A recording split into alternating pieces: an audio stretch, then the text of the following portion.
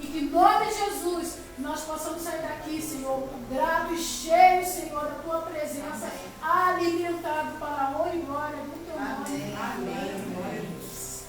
Amém. A paz do Senhor. Amém. Quantos podem dar graças a Deus aqui? Graças a Deus. Se coloque de pé, só por um minuto. Glória a Deus.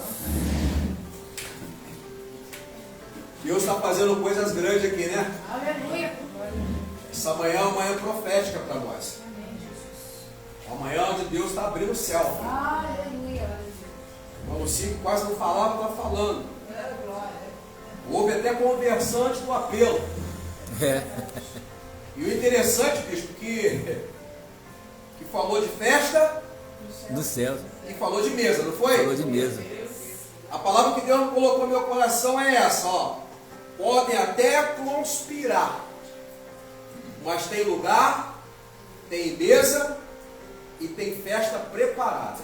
Aleluia. Vou repetir. Podem até conspirar, mas tem lugar, tem mesa e tem festa. Aleluia. Amém? Lucas, capítulo de número 22.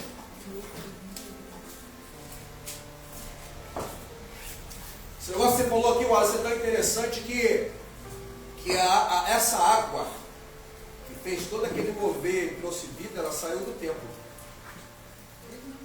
E quando você estava falando aqui, eu via que essa água te pegou. Aleluia. E essa água, ao te pegar, ela vai fazer você ser um condutor. Glória a Deus. Para chegar nos lugares que estão mortos. Amém. Te prepara. Glória a Deus. Porque assim como tu se conectou com a caixa, com o reservatório de água viva, a partir de hoje tu será um condutor. Aleluia. E a Bíblia diz que essa água, por onde ela passava, o que estava morto, revivia. Glória a Deus. Amém? Amém. Lucas 22, verso de número 7. E chegou, porém, o dia da festa dos pães asmos, em que importava sacrificar a Páscoa. E mandou Pedro e João, dizendo: ide, preparai-nos a Páscoa para que a comamos. E eles lhe perguntaram: onde queres que a preparemos? E ele disse: eis que quando entrardes na cidade, encontrareis um homem levando um cântaro de água. Segue-o até a casa em que ele entrar. E direis ao pai da família, da casa: o mestre diz: onde está o aposento em que hei de comer a Páscoa com os meus discípulos? Então ele vos mostrará um grande cenáculo mobilado. Aí fazei os preparativos. Indo eles, acharam como lhes havia sido dito, e prepararam a Páscoa. E chegada a hora, pôs-se à mesa, e com ele os 12 apóstolos. E disse: desejei. Vou repetir: desejei muito comer convosco esta Páscoa, antes que padeça. Desejei. Você pode tomar assento, dando glória a Deus. Glória a Deus. Eu quero pedir que você se interceda pela minha vida. Glória a Deus. Porque, embora a gente possa ter conhecimento, a gente precisa da graça. Amém, irmãos? Amém. Uma das coisas que eu fico assim lisonjeado de ver um escritor como Lucas, é porque a preocupação de Lucas é ele sempre trazer de forma bem sucinta e bem pormenorizada os seus escritos a respeito de Jesus. Note que o objetivo de Lucas aqui, ele está escrevendo para um povo grego. E esse povo grego era um povo muito sábio, muito inteligente. Nós sabemos que muitos filósofos veio, da Grécia. Da Grécia Antiga. E quando você olha para este homem escrevendo esse tratado, ele chama o primeiro livro dele, quando você lê Atos dos Apóstolos, você vai ver que ele está falando que ele escreveu o primeiro tratado. E esse primeiro tratado, ele traz de forma minuciosa coisas interessantes a respeito do que Jesus fez e do que Jesus ensinou. O interessante é que ele, a despeito dos outros apóstolos, ele trata Jesus como o filho do homem. Embora Mateus ele fala que Jesus é o rei dos reis, Marcos ele traz a ilusão de que ao escrever para os romanos, os crentes de Roma, ele está escrevendo mostrando Jesus como o perfil de um homem sofredor. Contudo, João fala de um verbo encarnado, fala do Filho de Deus. Então Lucas aqui, ele entra numa dimensão de trazer coisas bastante minuciosas. Quando você lê, quando você estuda o Evangelho de Lucas, você vai perceber que ele quer trazer coisas muito claras que os outros evangelhos talvez não tragam. E o interessante é que quando você entra aqui no capítulo 22, se você for analisar, antes desse capítulo, Jesus ele está pregando. E a pregação dele é um sermão profético. É um sermão escatológico. Por quê? Porque ele está mostrando as coisas que breve irão acontecer. E eu fico imaginando Jesus pregando para os seus apóstolos, e ele, com aquela autoridade que ele tinha na sua palavra, porque ele pregava de uma forma que as pessoas conseguiam absorver com muita exatidão o que ele queria passar.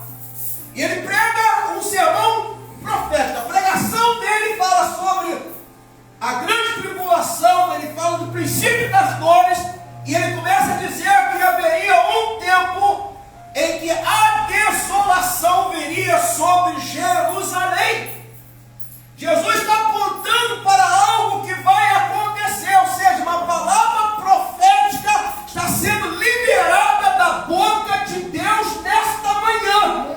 Aleluia. Há um profético invadindo a igreja apostólica viva nesse dia de hoje. Se você está ligado com Deus, você vai perceber que há algo extraordinário está acontecendo nesse mundo espiritual que nós estamos vivendo. Aleluia. Ele vai falar que haverá um tempo onde haverá dor, haverá fome. Ele fala de um tempo onde tudo que foi construído, pedra sobre pedra, será demolido. Essas pedras, tudo que está vendo aqui será demolido. Ele está falando de um tempo de terremoto, ele está falando de um tempo de rumores de guerra, ele está falando de um tempo de guerra, ele está falando de uma forma bem sucinta dentro desse texto, dessa palavra profética. Ele fala, ai das grávidas, o bom seria que elas não estivessem nesse tempo. O que Jesus está apontando aqui é um evento que iria acontecer 70 anos depois dele. E as historiadores falam que Tito, ele entra de forma pesada dentro de Jerusalém. E quando ele entra em Jerusalém, ele mata. É muita gente. Eu costumo dizer que quando eu fui para o seminário, uma das matérias que eu tinha na minha grade era didática. Eu falei assim, eu sei ensinar. Então Deus falou assim, vou te dar um dom da palavra para você ensinar. Interessante que quando o Tito ele entra, ele sai derrubando tudo. Diz que houve um tempo de desolação naquele lugar, onde Jerusalém foi totalmente destruída. Os muros, tudo que você pode imaginar foram derrubados. Pedra sobre pedra não ficou em pé naquele lugar. Houve um tempo de morticínio tão grande que as mulheres grávidas, segundo os historiadores, dizem que eles matavam as mulheres e arrancavam da barriga delas as crianças vivas. Por isso, quando Jesus está falando de um tempo profético, ele está mostrando algo que vai acontecer. E eu creio que você venha porque você está vivendo talvez um tempo profético na tua vida, talvez não seja isso que aconteceu lá, mas as adversidades da vida, os problemas, as lutas, as batalhas, as guerras que vocês têm travado nesse dia, é um tempo de desolação na vida de cada um de nós. E Jesus está pregando. A pregação dele está mostrando esse tempo. Eu sei que nós estamos vivendo um tempo de desolação. Talvez não com tanto ímpeto como nesse lugar aconteceu, mas eu creio que muitas estruturas estão sendo abaladas pelas adversidades da vida, pelas dificuldades, porque quando se fala de doença, quando se fala de fome, quando se fala de terremoto, quando se fala de guerra, são as guerras que nós estamos enfrentando, são as batalhas que nós estamos lutando. Esse tempo chegou para nós, porque nós estamos dentro de um ambiente profético, e a palavra de Jesus está sendo pregada. Mas o que eu acho interessante aqui, bispo, é que Jesus está pregando. Jesus está falando de algo que estava por vir. Jesus estava trazendo um ambiente profético para os seus apóstolos que estavam ali com ele. Mas ao mesmo tempo que ele está pregando, Judas está arquitetando uma conspiração contra Jesus. O inimigo está preparando uma conspiração para poder trair este homem que é Jesus. Porque a palavra profética está sendo pregada, a obra está sendo feita, mas o inimigo não quer que essa obra aconteça. E ele já está preparando uma conspiração. O problema é que este homem chamado Judas, esse homem ele fazia parte de um sistema, de um grupo de pessoas chamado os Zelotes. E esses homens, eles eram da linha política, ou seja, o perfil desses homens era entrar na política. Eles queriam derrubar Roma, eles queriam derrubar os governantes daquele lugar. E quando Judas ele conhece Jesus pela vivacidade da voz, pela intrepidez de um homem que consegue influenciar, porque onde Jesus passava, multidões seguiam ele. Então ele disse: esse é o cara que eu vou colar nele. O intuito de Judas aqui era se aproveitar do ensejo para que ele pudesse então entrar e levantar Jesus como um político naquele tempo. Porque a visão dele não era reino, a visão dele era guerra. E essa visão de guerra fez o coração dele se descompor diante do Senhor. O que Judas não sabia é que ele, embora fosse inimigo, ele estava sendo usado para glorificar o nome de Deus. Nesse tempo de desolação que tu está vivendo, o inimigo está trabalhando para te derrubar, mas o que ele não sabe é que ele é teu amigo. E o que ele está fazendo é: Deus vai glorificar o nome dele através da tua vida. Se você está entendendo o que eu estou pregando nesta manhã, eu quero declarar que nessa manhã o inimigo pode estar até preparando conspiração para a tua vida, mas já tem lugar, já tem mesa e já tem festa sendo preparada. Ei, aleluia. Judas, ele era um camarada que ele não só fazia parte desse grupo zelote, mas ele tinha um grupo específico chamado os sicários. Os sicários eram aqueles homens que andavam com uma adaga dentro da manga da blusa. E o perfil desses homens era se infiltrar no meio do povo para gerar tumulto, para gerar guerra, porque eles viam, eles espetavam o punhal de forma sorrateira, cutucava, matava e saía sem ninguém perceber. O objetivo deles era se infiltrar no meio do povo para poder espetar aqueles a quem eles precisavam para poder fazer com que uma guerra se instaurasse. E o problema de Judas é que não somente ele tinha esse perfil de ser traidor, de ser um mercenário, ele era um cara que ele era, como posso dizer aqui a palavra, ele gostava muito de dinheiro. A Bíblia diz que por ele ser um camarada inteligente, ele cola com Jesus, ele passa a fazer parte do apostolado, mas não aprende nada.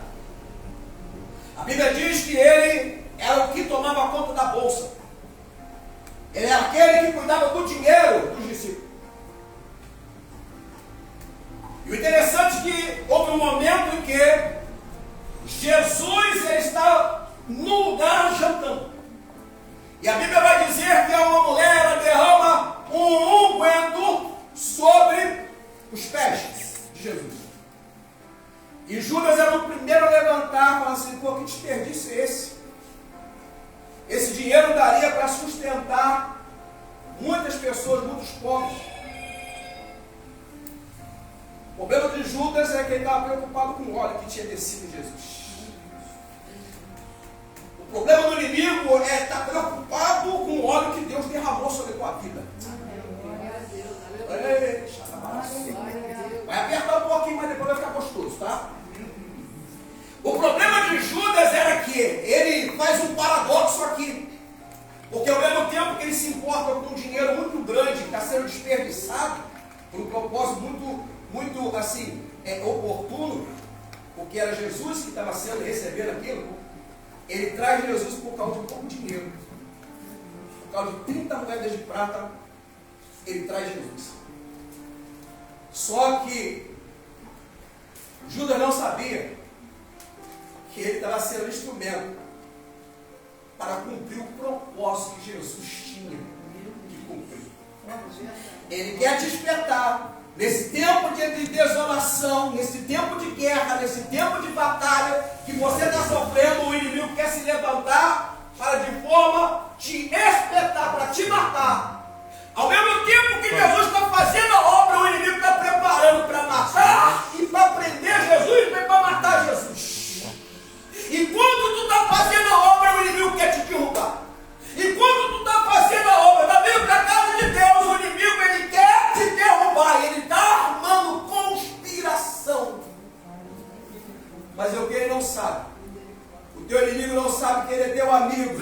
Meu Deus. Porque a partir daqui Jesus, ele vai ser glorificado. O que Judas não sabia é que ele estava preparando forca para ele mesmo. O que Judas não sabia é que a atitude e o comportamento dele no aprendizado com Jesus, que não aprendeu nada, ele estava criando a própria forca para ele mesmo. É igual aquela história de Mardoqueu. Amã ficou incomodado com Mardoqueu. Amã ficou incomodado porque Mardoqueu não se dobrava diante dele. E ele falou assim: eu vou preparar uma forca para Mardoqueu. Só que o rei perdeu o sono. O rei perdeu o sono naquela noite. E ele foi lá nos altos onde estava escrito. Tinha algo escrito a respeito de Mardoqueu. E o que estava escrito estava nos altos do reinado. Não podia ser revogado. Eu quero dizer para você que nesse tempo de desolação que você está vivendo, o inimigo ele pode estar preparando cilada para você, mas é o que ele não sabe é que o rei perdeu o sono. E o que está escrito ao teu respeito, ninguém pode revogar. Aleluia! Ninguém pode revogar. Aleluia! Porque foi o rei que escreveu. Maravilha. Ninguém pode revogar. Aleluia. A forca que ele preparou para Mardoqueu agora será de instrumento para ele mesmo se enforcar. A Bíblia diz que o rei chega para ele e Amã, como que eu posso honrar alguém que me fez bem? Aí ele achou Pega o teu cavalo real, pega as suas vestes e põe a coroa na cabeça dele e vai caminhando com ele pelas ruas da cidade, dizendo: este é o homem que Deus quer honrar. Então vai visitando ele e põe a coroa e vai declarando. O inimigo vai ter que declarar que Deus quer te abençoar. O inimigo vai declarar que Deus te levantou. O inimigo vai declarar. Ele vai preparando um para ele mesmo. O inimigo é teu amigo e não sabe mais.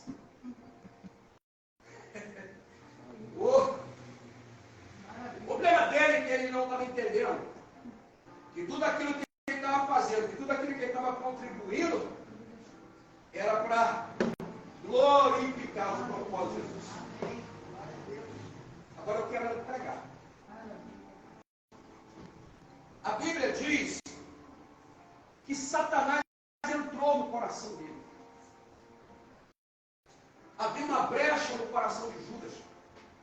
E Satanás fez uma arruaça dentro dele.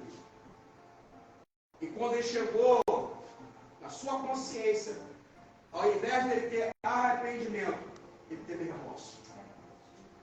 O problema de você se levantar contra alguém, e o problema é que ele se levantou contra um ungido.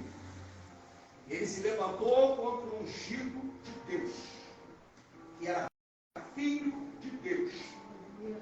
Ele não se arrependeu como Pedro se arrependeu. Ele teve remorso. E o remorso fez ele se enforcar. A Bíblia diz que Jesus está pregando. O inimigo está preparando. Só que a Bíblia diz que Jesus está aqui, no capítulo 22, preparando um lugar, preparando uma mesa, e vai ter festa. Ele pode estar conspirando, mas tem mesa, tem lugar e tem festa preparada. Aleluia. Você pode glorificar Jesus. Aleluia. Oh, eu estou sentindo o Deus na casa. O preço da traição foi 30 moedas. Oh, calabaraçuga. Jesus diz aqui no verso 22, verso 7, que chegou o dia. O dia esperado chegou. O dia esperado chegou para a festa. Chegou o dia. Chegou a hora. Chegou o momento. Chegou o dia. Chegou, porém, o dia da festa. Sabe o que a festa dos pães árvores significa, irmãos? Ela não pode ser desassociada da Páscoa. Porque foram dois eventos, num só, dentro do Êxodo. A Bíblia diz que naquele dia o Senhor manda o povo preparar pão. Um alimento sem fermento. E a palavra que ele deu é: preparem fermento, preparem um cordeiro, coloque sangue aspergido nos umbrais da porta. Porque eu vou passar por cima. A festa dos pães árvores simbolizava que Deus estava tirando aquele povo de um tempo de aflição. Glória! Aleluia! Por isso a festa estava acontecendo. Chegou um dia de Deus tirar, de representar também aquela festa, quando o Senhor tirou o povo dele da aflição. É Deus chegando nessa manhã para te dizer que chegou o dia de tirar você deste tempo de aflição. Chegou o dia de Deus entrar na tua história. E Ele está dizendo para você: te prepara, porque chegou o dia. Chegou o dia de celebrar a festa. Glória a Deus! A festa simbolizava Deus tirando o povo daquela aflição. Deus tirando aquela pessoa do jugo do Egito. E Deus indo cumprir o propósito.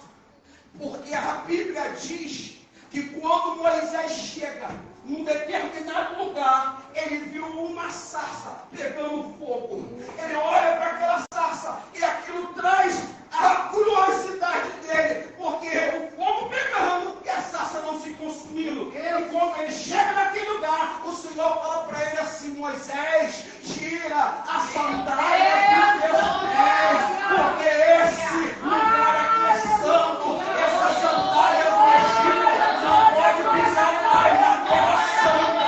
Essa terra santa, a labaracala saia, e o Senhor chega para Moisés e fala: eu ouvi atentamente a aflição do meu povo e desci para ver o que os seus exatores estão fazendo, porque eu ouvi um gemido de dor. Deus está vendo o teu gemido de dor nessa manhã, e Ele está descendo aqui na figura do Espírito Santo de Deus. Ele está descendo aqui na figura do Espírito Santo. A sarça que pegava fogo e não se consumia era o fogo do Espírito que estava ali, e esse fogo está aqui nessa manhã de hoje. Oh! Meu Deus, estou sentindo uma glória de Deus. Estou sentindo uma poder de Deus aqui nesse lugar. Tempo de aflição acabou. Chegou o dia. Tem lugar, tem mesa e tem festa sendo preparada.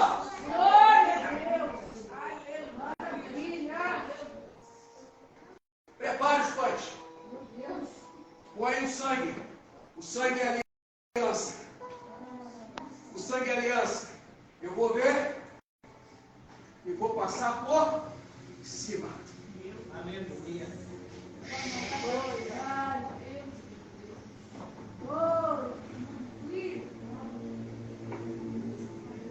Deus tirando o povo dele da aflição. Deus tirando o povo dele das dores. E Ele está dizendo assim: se preparem, já fiquem preparados. Porque quando eu passar por cima, eu vou arrancar vocês. Ao êxodo. Alaia suga comandarabagaio. Chegando para nossas vidas nessa manhã, porque hoje é uma manhã profética. E essa manhã profética, o Senhor está celebrando uma festa. Chegou o dia de preparar a última Páscoa. Jesus manda Pedro e João. A Bíblia diz que ele pega Pedro e João, ele pega aqueles que têm intimidade. Essa festa aqui não é para qualquer um, não. Essa festa aqui, embora Judas vai estar lá, mas ele vai aprender que não se deve conspirar contra o ungido de Deus. Mas essa festa aqui é para apóstolos, para aqueles que andavam de perto com Jesus. A Bíblia diz que ele manda Pedro e João. E olha só que revelação. Vai, ide e preparai a Páscoa, que é a festa, para que a gente possa se degustar. A mesa, o lugar e a festa é para você. Ó. Mas fica. É bênção de Deus. É bênção de Deus para saciar a necessidade. Ele fala para Pedro, o homem da revelação. E ele fala para João, o homem da intimidade. Notem que revelação e intimidade estão andando junto aqui. Notem que a revelação e a intimidade estão andando junto aqui nessa manhã. Há uma unidade tão grande nessa igreja, nessa manhã. Há um mover do Espírito tão grande nessa manhã. A revelação está descendo. Deus está usando os dados nesse lugar. Porque há intimidade. E onde há intimidade, há união. E onde há união, Deus derrama a sua bênção.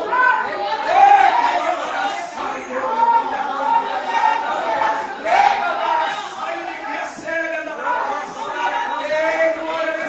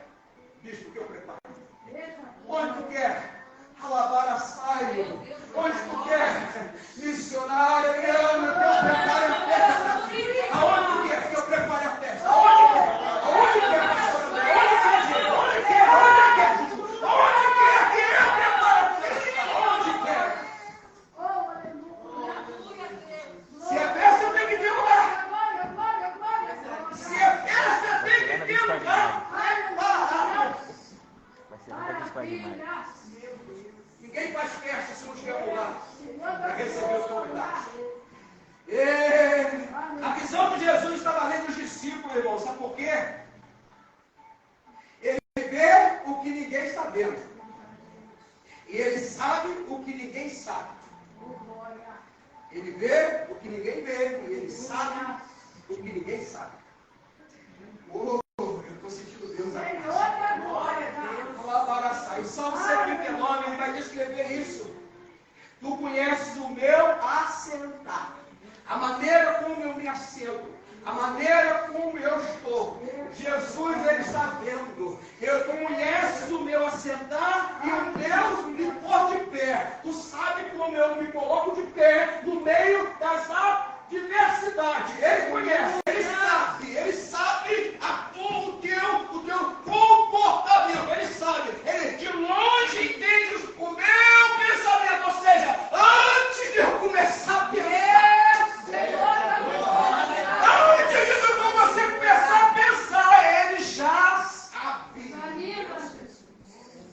não precisa estar perto, de longe, vai estar na Macedônia.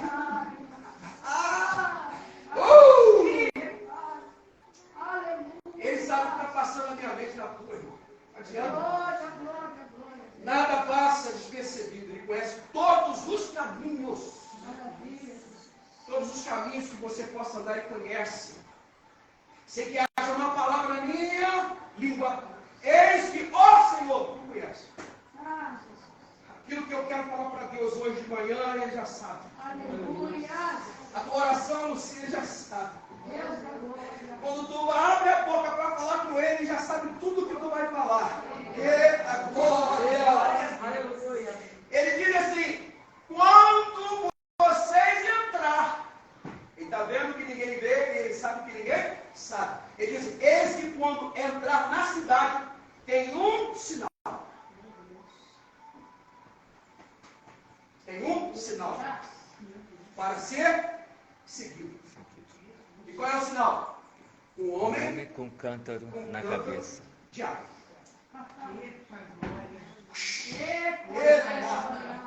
Um homem com cântaro de água. Algo que é inusitado. Porque não era comum os homens carregar cântaro naquela época. Isso era uma tarefa das mulheres. E quando se via um homem carregando, era algo inusitado. Segue, não fale nada. Segue ele. O sinal é para você seguir, pastor André. Não é para você ficar falando nada. Não fala nada. Sabe qual é o problema? Que o sinal vem, Deus mostra. Aí tu sai abrindo a tua boca para todo mundo. Tu não espera chegar no local. Tu não espera acontecer. Tu já quer falar. Jesus falou assim: o sinal segue o sinal.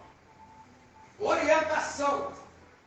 E tu só vai falar quando chegar no local, ao dono da casa. Orientação. Segue o homem com cântaro e só fale com o homem da casa. O sinal era visível.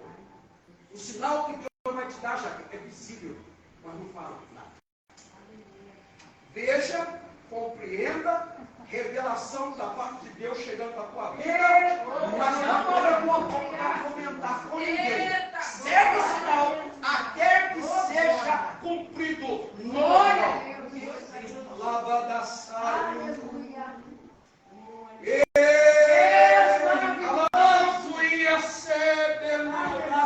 Porque o sinal não é comum que vai vir, Alessandro.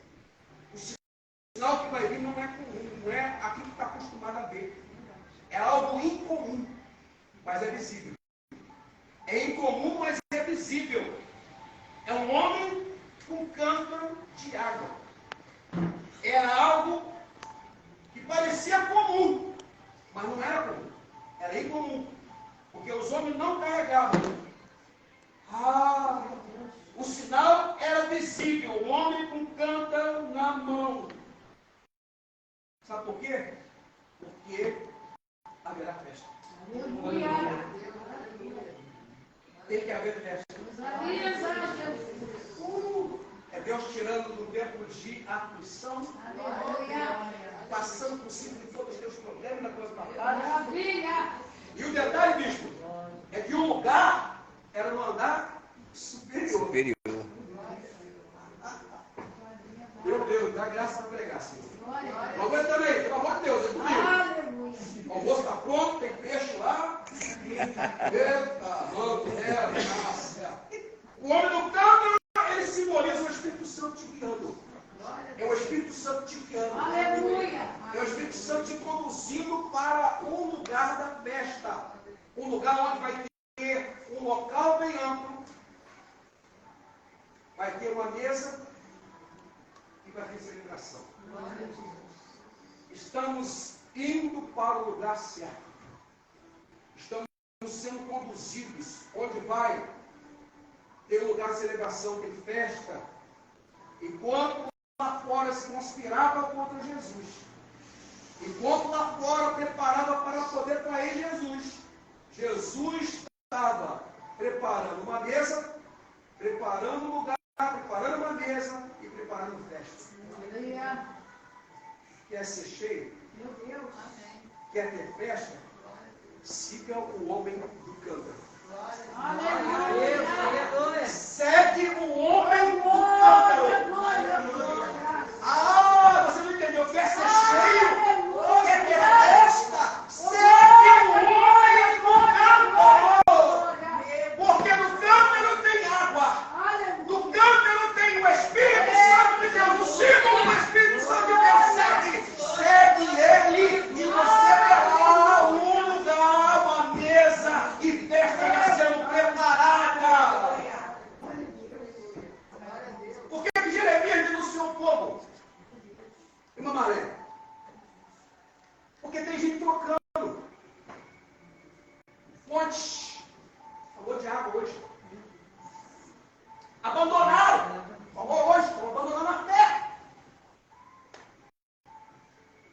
E pior de tudo, que estão cavando cisternas outras. Cisterna Hoje furada. outros novos aqui, porque se colocar vinho, outros velhos não aguenta.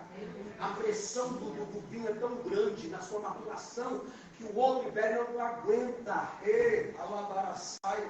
Estão cavando cisternas que são rachadas, onde não retém água. Fala para o seu irmão, aqui tem fonte. Aqui tem fonte. E é água É água viva. fonte. E é água viva. Aqui tem fonte e água viva. Água que limpa, restaura, renova e traz refrigério. Ei, quanta coisa está acontecendo nesse lugar aqui. Meu, glória a Deus. Tá forte o negócio, tá? Aleluia. Eu não estou nem na metade da mensagem. Deus fala tanta coisa comigo, irmão, que eu tenho que escrever. E eu fico tão assim, querendo passar para vocês o que Deus está fazendo, porque aqui nesse lugar tem que se tomar glória. Aleluia. Desde quarta-feira nós estamos vivendo glórias aqui. Sexta-feira, então, o bispo parecia que ele ia transportar a Macedônia voando daqui. Segunda também. É. Jeremias está dizendo, esse povo estão cheios de si mesmo, de orgulho, de conhecimento secular, presunção. E a palavra é, Senhor, nos liberta desses males. O que nós podemos aprender aqui, irmãos? Eu quero ser bem rápido. A primeira coisa que eu aprendo aqui é que o maior evento iria acontecer. Chegou o dia. A festa de celebração do pão, asmo e da Páscoa. É o símbolo de Deus tirando o povo dele de um tempo de aflição para levar para um lugar que é uma terra que ele havia prometido. E a Páscoa simbolizava o Senhor arrancando, derrubando o inimigo que era opressor, passando por cima, trazendo o maior morticínio que teve dentro do Egito, a ponto de Faraó dizer assim, vão embora. Ele só não falou pelo amor de Deus, porque ele era descrente. Ele era descrente. A festa iria acontecer. A segunda coisa, o lugar aqui era secreto.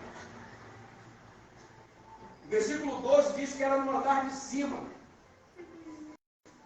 O lugar secreto era secreto para quem não tem intimidade. Para quem não tem intimidade. Para quem tem intimidade tinha um sinal. Entendeu o mistério? O lugar é secreto para quem não tem intimidade, quem não anda com Jesus. Mas para quem anda com Jesus, tinha um sinal que iria levar para um lugar que era secreto. Tinha um cenáculo, um lugar grande, iluminado, já com tudo pronto. Está entendendo? O lugar é um lugar todo pronto. Mas tinha um sinal que era um anjo no canto. E o sinal dirige um lugar que você não está esperando. É um lugar inusitado. Não é esperado, é incomum, era raro. O lugar é um lugar de intimidade. Jesus e seus discípulos. Olhe para quem te conduz ao lugar secreto. Olha para o lugar, para quem vai te levar para um lugar de intimidade. Um homem colocando algo diferente. Se você perceber que tem algo diferente acontecendo em tua direção, fica ligado, porque pode ser o sinal que Deus está te dando para te levar para um lugar aonde Ele vai realizar a festa. Aleluia! O lugar é grande, não é uma festinha qualquer não, porque o lugar é grande, não é um buraquinho na casa ali do seu José, é um lugar grande, já está autorizado, já está sendo preparado, porque o que vai vir é grande, então precisa de um lugar grande para ser celebrado. Glória a Deus. Glória a Deus, aleluia. E detalhe, Jesus já está na mesa. Eita, Oh, aleluia! Jesus já está na mesa. Mesa preparada para se assentar com o Senhor. Essa festa, Ele vai celebrar contigo. Ele vai ficar de fora, não. Ele não vai ficar de fora, não. Jesus vai celebrar contigo, nós. Já está celebrando. Já está celebrando, já. glória a Deus. Jesus já está sentado com Deus, você. Senhor. Aleluia. Sabe por quê? Porque a festa que está dando é Ele. Aleluia, Jesus. E a Bíblia diz que chegou a hora. Chegou o dia. Chegou o dia. Há um tempo determinado. Chegou o dia. Tempo determinado. Segundo Samuel 9:1, diz assim: há alguém ainda que ficasse na casa de Saul para que lhe faça bem por amor de Jonatas? Foi a pergunta liberada pelo rei. O rei está perguntando. O rei está te perguntando. Aí.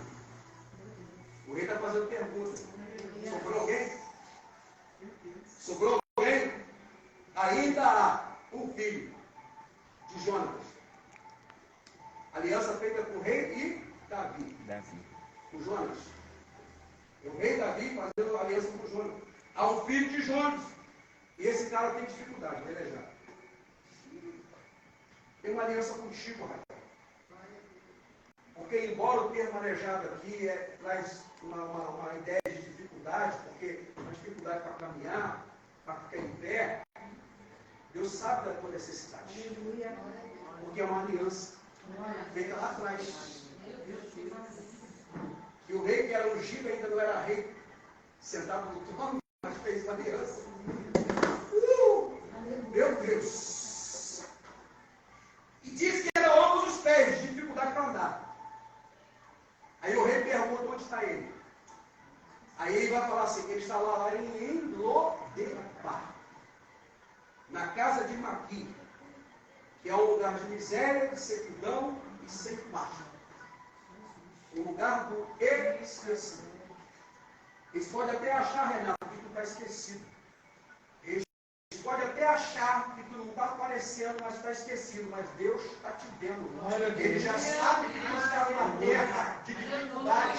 E essa terra de dificuldade, Ele já mandou te chamar. Já tem uma ordem. Porque tem uma aliança feita lá atrás.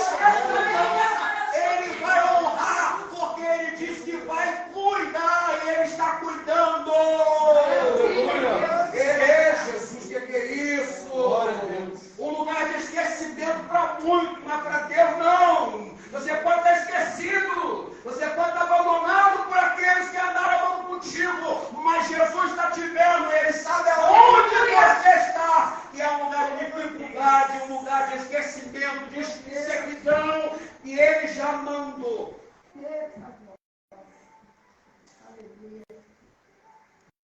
Antes do rei pronunciar o nome, Pedro, quando você lê o texto, você vai ver, antes do rei pronunciar o nome, ele já sabe as suas dificuldades, porque ele mudou.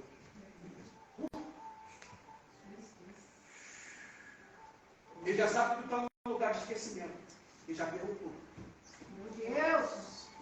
Aleluia! Servidão, pobreza. E sabe quanto tempo? 20 anos.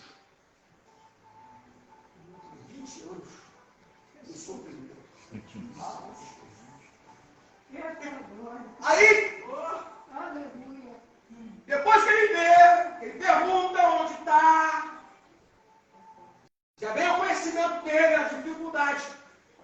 Aí ele vai perguntar, qual é o nome? O nome é Mefibosete. Boca da vergonha.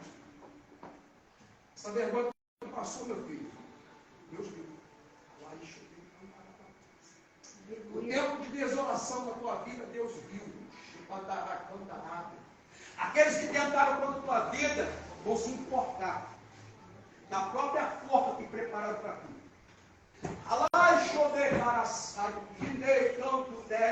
Porque Deus viu um tempo de sofrimento. Era 20 anos. Porque até então o nome dele não era Mefibosete, era Meribaal. Exaltação, príncipe. Mas só que o tempo veio, a dificuldade veio, a situação veio. Ele foi caído quando era criança, perdeu toda aquela pompa do reinado que era devido a ele tinha direito. Só que agora o rei vem e fala assim: tu vai sentar na mesa. Tu vai sentar na mesa. Ai, campo neganda do comoço levar. Ele que a seda não me comandara, sai quando que nele para sai quando que nele passe. Ele andou pastor comoço de vaca, lá e açude canto neve andaravas. Menina importunava Ana o tempo todo. Ela chorava. Ela chorava. Menina pode ter muito. Menina pode ter tudo. Mas o que Deus tem para Ana, menina não pode ter. Quanto mais se afutucava Ana, mais o desejo de gerar Samuel.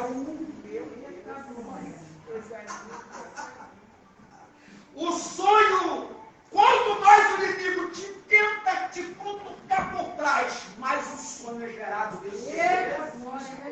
Agora sai, quanto mais ele tenta te trair, te pegar, para te matar, mais ele está te impulsionando para o sonho ser gerado. Lodebar nunca mais. Para mandar sair o rei já mandou chamar. Glória a Deus. Ai! A Bíblia diz que Davi mandou chamar e tomou Mefibosete daquele lugar. Sabe o que é tomar, irmãos? A gente lê a Bíblia e às vezes a gente não percebe os detalhes. A Bíblia diz que tomou, foi assim, ó. Chegou aqui, ó. Pegou e trouxe. Se apossou. O rei se apossou de Mefibosete. Te pegou. O rei está te pegando hoje. E diz assim: e vou restituir todas as terras de Saul, teu pai. Vai sentar na mesa e comerás de contínuo, ou seja, todo dia. Aleluia. A criança não vai ver só o final do mês, não. Eu lembrei agora. Lembrei agora. É de contínuo. O O que ele estava fazendo aqui não era algo de momento, não, irmãos. O rei usou de beneficência, ou seja, de bondade. Não é porque tu merece, não. É porque ele viu. Aleluia. E por fim, Jesus aqui no verso 15, ele está sentado na mesa. A mesa tem lugar preparado, tem uma mesa, e tem a festa já comendo solto. Aí Jesus, ele assenta na mesa, no verso 15, ele diz assim, e disse-lhes, desejei. É um desejo dele. Aleluia. Obrigada, Jesus. É um desejo dele. É um desejo dele. Aleluia. De se assentar na mesa para celebrar contigo. Glória a Deus. É um desejo dele. Desejei muito. Já estava no plano, do propósito. Ele desejou para cumprimento de uma profecia que Deus iria levar o povo para a terra que manava leite e mel. E o cumprimento da morte e da ressurreição de Cristo era o plano, o projeto para o cumprimento de uma comunhão tão indizível daquela igreja. Jó 42 ele encerra aqui. Interessante, né? Ele falou de Jó, falou de Ezequiel, ele falou de Jó, Ezequiel e então, Ezequiel 47. O rio vinha trazendo o rio, depois falou de Jó. Não foi isso? Ou teve mais alguma coisa? Ezequiel e Jó. Olha só. No final eu falei sobre Festa.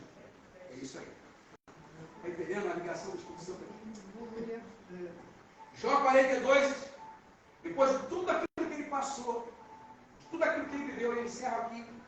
Ele diz assim, bem sei eu que tudo pode, e nenhum dos teus planos, pensamentos ou propósitos, dependendo da tradução, pode ser impedidos ou frustrados.